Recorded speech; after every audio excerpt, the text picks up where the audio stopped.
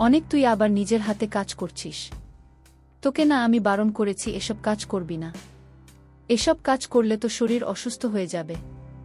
মায়ের কথা কি শুনবি না তুই? আমার কথা শেষ হতেই অনেক আমাকে বলল, আর কি করব বলো মা? আমি হাতের কাজ না করলে আমার ভাল লাগে না। তাই একা একা কাজ করে নিজের মনকে ভালো রাখতে চেষ্টা করি। আমি আমার ছেলে অনেকের কথা শুনে খানিক রেগে গেলাম। আর অনেককে বললাম, আচ্ছা বুঝতে পেরেছি, তোকে বারণ করার পরও তোর হাতের কাজ করতেই হবে, তাই তো? ঠিক আছে, আজ থেকে নিজের মায়ের সাথে কাজ করবি। কি করবি তো? আমার প্রশ্নের জবাবে আমার ছেলে চুপ করে আমার দিকে তাকিয়ে থাকল। আমি আমার ছেলে অনিকের হাত ধরে আমার ঘরে নিয়ে আসলাম। তারপর আমার ছেলে অনেকের সাথে আমি। আমার ভালোবাসার মিষ্টি বন্ধুরা, কেমন আছো সবাই? বরাবরের মতো আজও তোমাদের মাঝে নতুন একটি ভিডিও নিয়ে আমি হাজির হয়েছি। আজ তোমাদের বলব আমার নিজের আপনি ছেলের সাথে আমার জীবনের অসাধারণ একটি সত্যি গল্প। আমি 100% গ্যারান্টি দিয়ে বলতে পারি আজকের ভিডিওটা দেখার পর তোমাদের ও জল আসবে। তাই তোমাদের দুইটা পায়ে ধরে অনুরোধ করছি সম্পূর্ণ ভিডিওটি দেখার। তাহলে আর বেশি কথা না বলে চলো গল্প ফিরে যাই। আমার নাম পারমিতা। আমি 42 বয়সী বিধবা। আমার 2 সন্তানের মা। আমার এক মেয়ে ও এক ছেলে আছে। আমার মেয়ের নাম টুম্পা। টুম্পার বয়স 16 বছর। আমার ছেলের নাম অনিক, তার বয়স 20 বছর। আমি আমার 2 সন্তান নিয়ে কলকাতা শহরে থাকি। আমার স্বামী চলে যাওয়ার পর আমি অনেক কষ্ট করে আমার 2 সন্তানকে পড়াশোনা করে মানুষের মতো মানুষ করার চেষ্টা করছি। আমার স্বপ্ন একটাই, আমি আমার 2 সন্তানকে অনেক বড় অফিসার করব। আমি আমাদের বাড়ির সামনে একটা ছোট কাপড়ের দোকান দিয়েছি। আমি চাইলে অন্যত্র বিয়ে করতে পারতাম, কিন্তু নিজের সন্তানদের কথা চিন্তা করে আমি আর বিয়ে করিনি। তবে মাঝে মাঝে আমার মনের ভিতর বিভিন্ন চিন্তা ভর করে। আমি চাইলে নিজের মনের ইচ্ছেগুলোকে আমি পূর্ণ করতে পারতাম। তবে আমার নিজের একটা মান সম্মান আছে। আমি নিজের সম্মানহানি হবে এমন কাজ কখনো করতে পারি না। তাই নিজের ইচ্ছেগুলোকে আমি নিজের মনের মাঝে থাকতে দিয়েছি, কখনো সেটা প্রকাশ করেনি। আমি আমার মতোই নরমাল থাকার চেষ্টা করি সব সময়। তবে মাঝে মাঝে যখন নিজের মনকে শান্ত রাখতে পারি না, খারাপ লাগাটা একটু বেশি কাজ করে। বারবার নিজের স্বামীর কথা মনে পড়ে। তখন আমি একা একা কাজ করে নিজেকে ব্যস্ত রাখি। এমন করেই কাটছিল আমার দিনকাল। আচমকা আমি লক্ষ্য করলাম আমার ছেলে অনিক আর আগের মতো নেই। তার মাঝে বেশ কিছু পরিবর্তন চলে এসেছে। আমার ছেলে অনেক রোজ কলেজ থেকে বাড়িতে ফিরে এসে নিজের পড়াশোনা আগে শেষ করে নেয়। তারপর সে বাড়ির সব কাজ করে ফেলে। আগে কখনো সে এমনটা করত না। আমি রোজ দোকান থেকে বাড়ি ফিরে ঘর গোছানো থেকে শুরু করে রান্না করা, জামাকাপড় ধোয়া সব কিছুই আমার করতে হতো। তবে এখন আমার ছেলের সব কিছু করে নেয়। আমি দোকান থেকে বাড়ি ফিরে রেস্ট করতে পারি। কিন্তু অনেক হঠাৎ করে এমনভাবে বদলে গেল কি করে সেটাই আমার মাথায় আসছে না।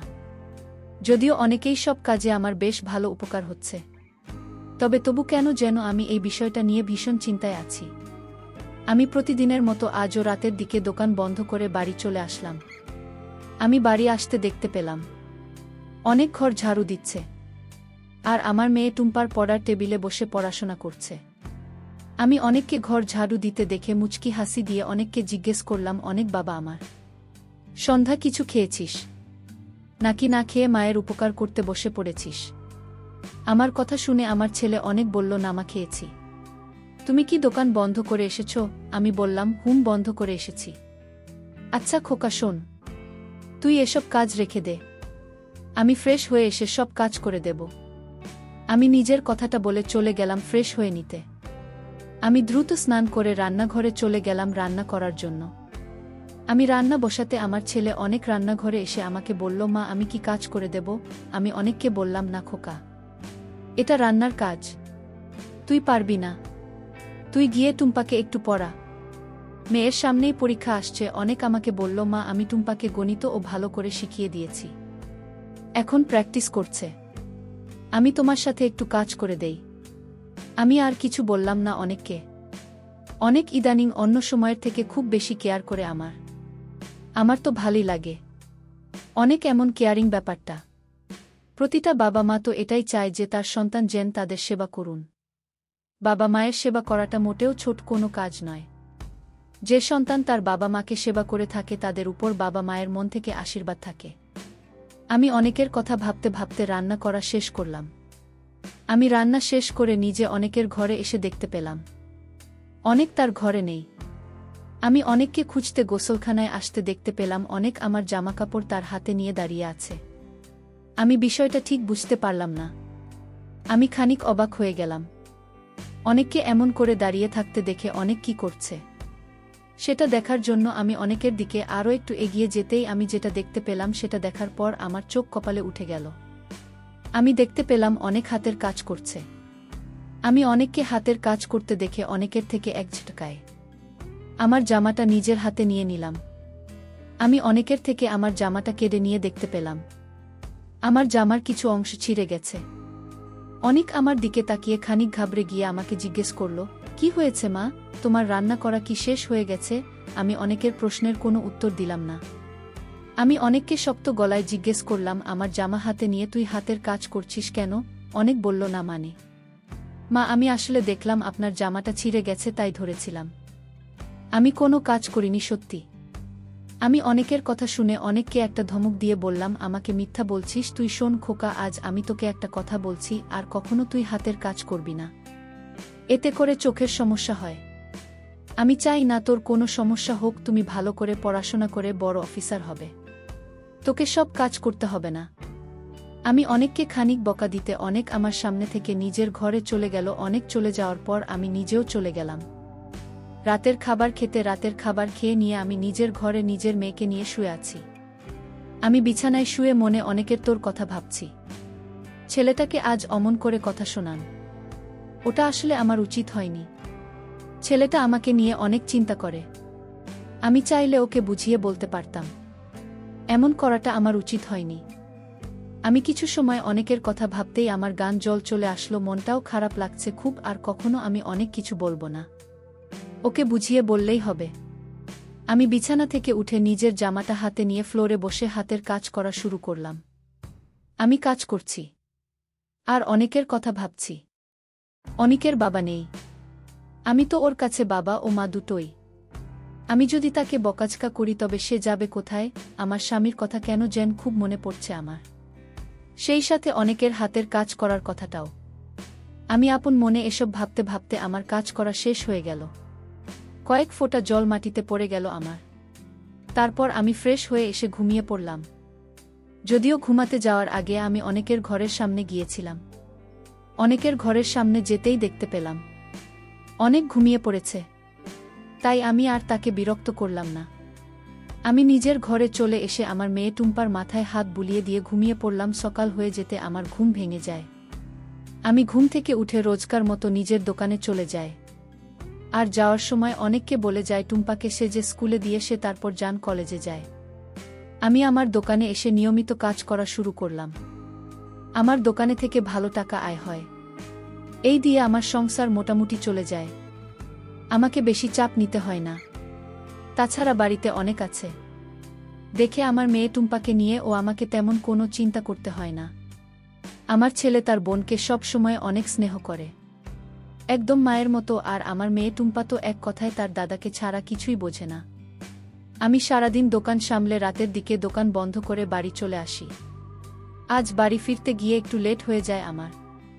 আসলে আজ দোকানে একটু কাস্টমার চাপ বেশি ছিল, আর দোকান শেষ করে আবার আমাকে একটু বাজারেও যেতে হয়েছে বাজার করে। তারপর বাড়ির উদ্দেশ্যে রওনা দিয়েছি, এই কারণেই একটু লেট। যদিও বাড়িতে গিয়ে শুধুমাত্র আমাকে রান্নাটাই করতে হবে, বাকি সব কাজ তো আমার ছেলে অনেক গুছিয়ে রাখবে। আমি বাজার করে নিয়ে নিজের বাড়ি চলে আসলাম।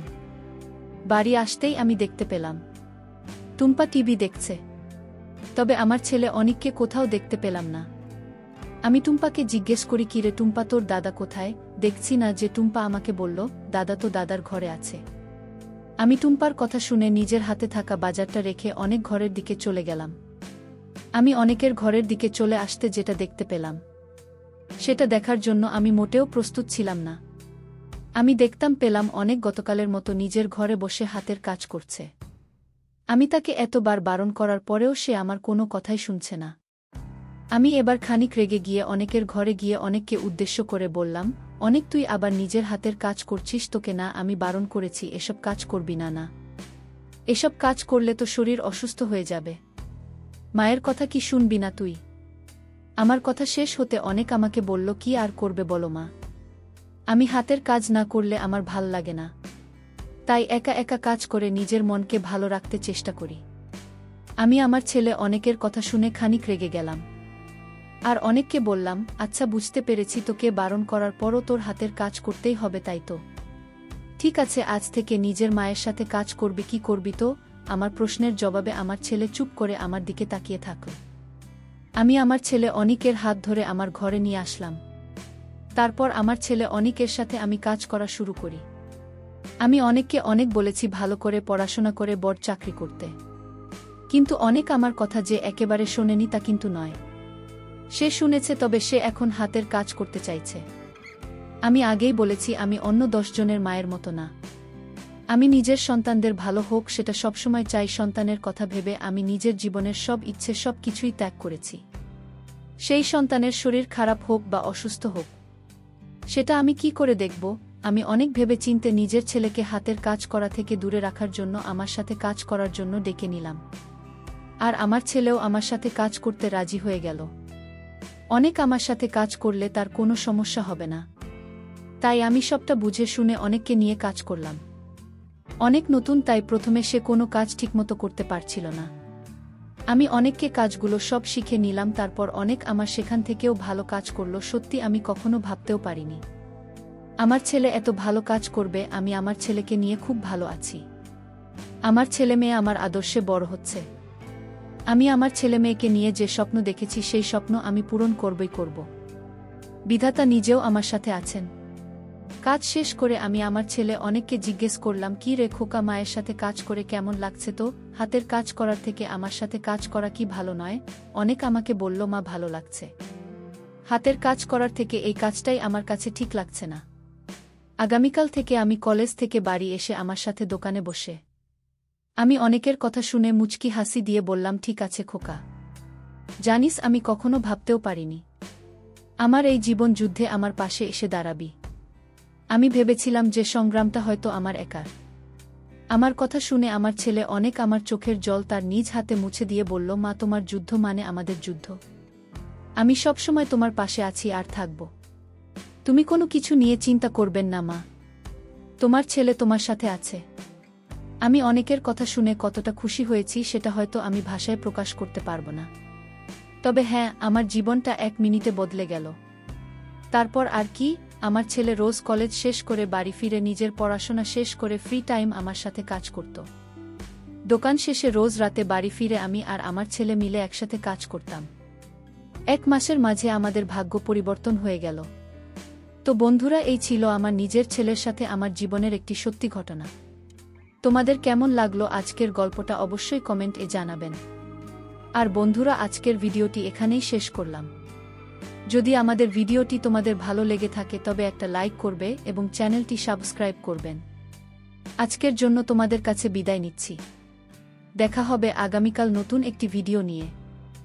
সবশেষে সবাই ভালো থাকবে। আর ভিডিওটি দেখার জন্য তোমাদের অসংখ্য ধন্যবাদ।